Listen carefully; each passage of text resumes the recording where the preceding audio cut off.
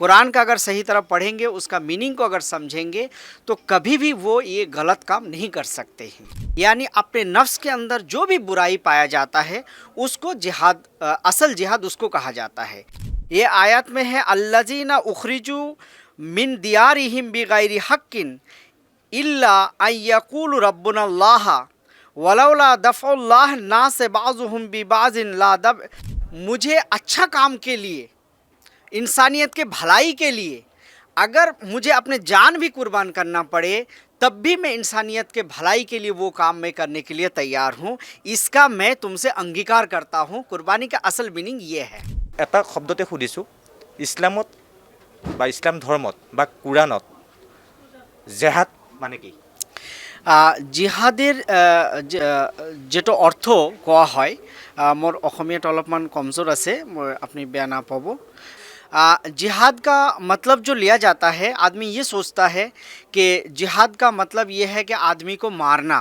ये गलत है। जिहाद का मतलब ये है कि कोशिश करना। ये एक अरबिक वर्ड है, इसका मतलब है कोशिश करना।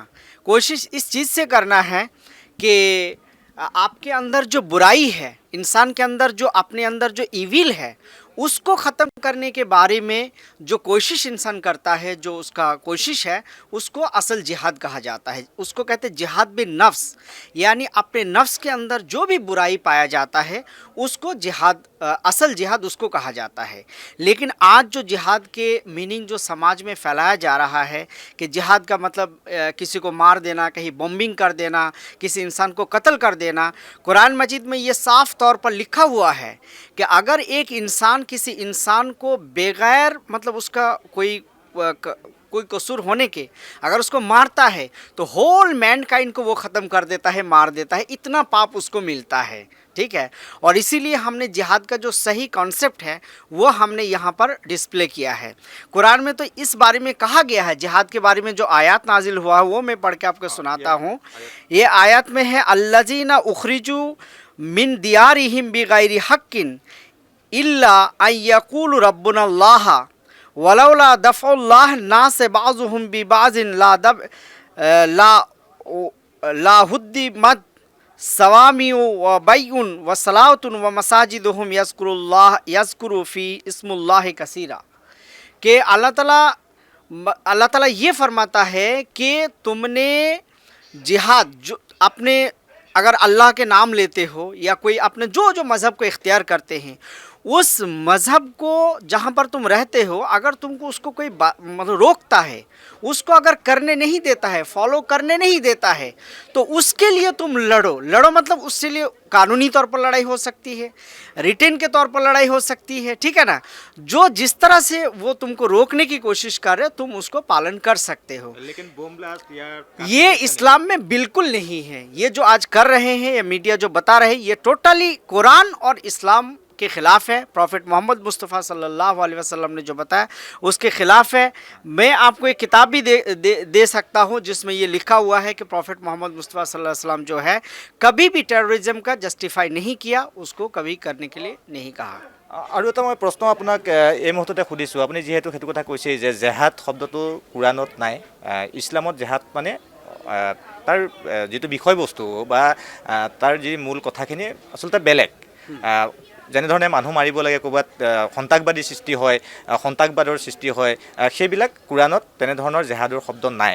আপুনি সেইটো কথা ক্লিয়াৰ কৰিছে। মই আৰু এটা প্ৰশ্ন আপোনাক এইখিনিতে কৰিছোঁ, কুৰবান মানে কি? কুৰবানৰ अर्थ কি ইছলামত? एक्चुअली वो वर्ड है कुर्बानी। कुर्बानी जो करते हैं, कुर्बानी किसी किस्म का भी हो सकता है। ठीक है ना। फॉर एग्ज़ाम्पल है, कुर्बानी का मतलब है सेक्रीफाइस। ठीक है ना। सेक्रीफाइस जो इस्लाम में जो कुर्बानी किया जाता है, जो जानवर कुर्बानी की जाती है, बकरी ईद उसको कहते हैं, ईद उल अज़हिया जिसको कहते हैं, उस ईद के दिन जो एक जानवर ज़बह किया जाता है, उसमें एक अल्लाह ताला के पास एक हमारा एक अंगीकार होता है। ठीक है ना। कि हे ईश्वर, हे अल्लाह, हे खुदा, अगर अच्छा काम के लिए जिस तरह ये जानवर मेरे इख्तियार में है, इसको मैं आज तुम्हारे खातिर ज़बह कर रहा हूँ, ठीक है ना, वैसे अगर मुझे अच्छा काम के लिए, इंसानियत के भलाई के लिए अगर मुझे अपने जान भी कुर्बान करना पड़े, तब भी मैं इंसानियत के भलाई के लिए वो काम मैं करने के लिए तैयार हूँ। इसका मैं तुमसे अंगीकार करता हूँ। कुर्बानी का असल मीनिंग ये है।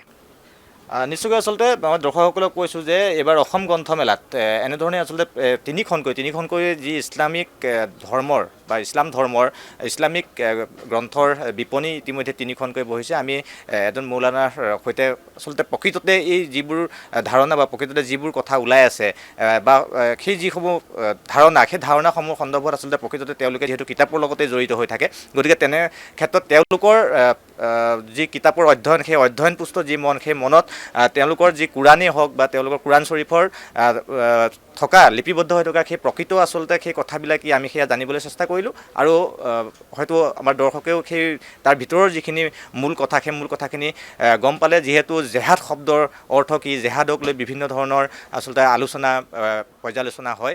আৰু মই পুনৰবাৰ আপোনাৰ ওচৰলৈ আহিছোঁ আৰু এটা কথা মই সুধিম।